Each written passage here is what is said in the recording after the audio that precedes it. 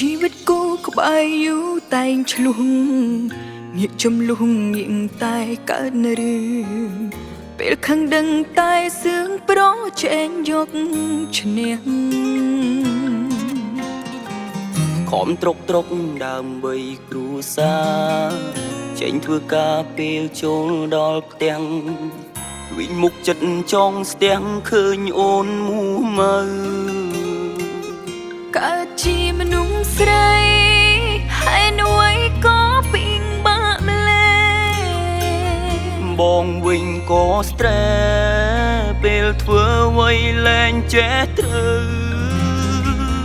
នៅផ្ទះមើលកូនគិតថាអូនស្រួលណាស់ទៅការងារខាងក្រៅបងក៏ហត់ដែរត្រានត្រយសូមសម្រួលបងទទួលកំហុងពេលខ្លាំងបងคงមិនចេះទប់អារម្មណ៍បងសន្យាលែងឲ្យមុំជ្រុះទឹកភ្នែកទៀតឡើយឈប់ពាក់មុខយកដាក់គ្នាបានទេកុំចាំដល់ពេលបាត់បង់ទៅស្ដាយក្រោយល្មមហើយថយក្រោយម្នាក់មួយជុំ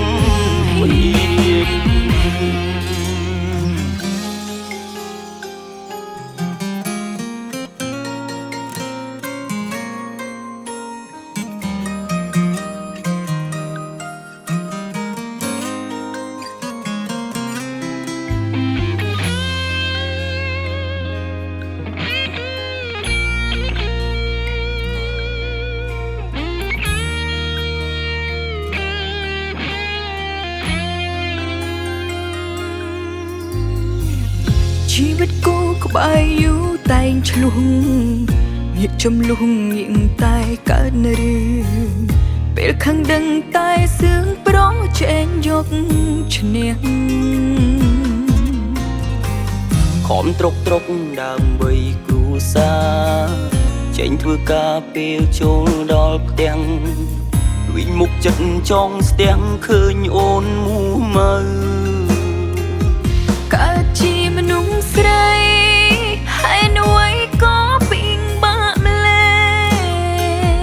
បងវិញក៏ស្ត្រេសពេលធ្វើអ្វីលែងចេះត្រូវ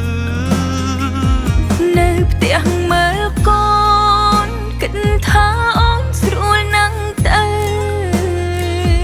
ការងារខាងក្រៅបងក៏ហត់ដែរត្រានត្រយ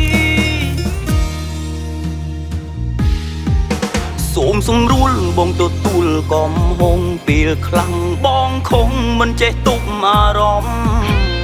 បងសន្យាលែងឲ្យមុំជ្រុះទឹកភ្នែកទៀតឡើ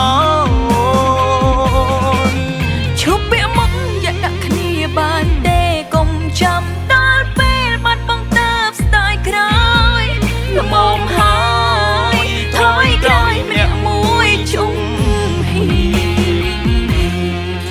ឈប់ពាក់មុខយកដាក់គ្នាបានទេកុំចាំដល់ពេលបាត់បង់ទៅស្ដាយក្រោយល្មមហើ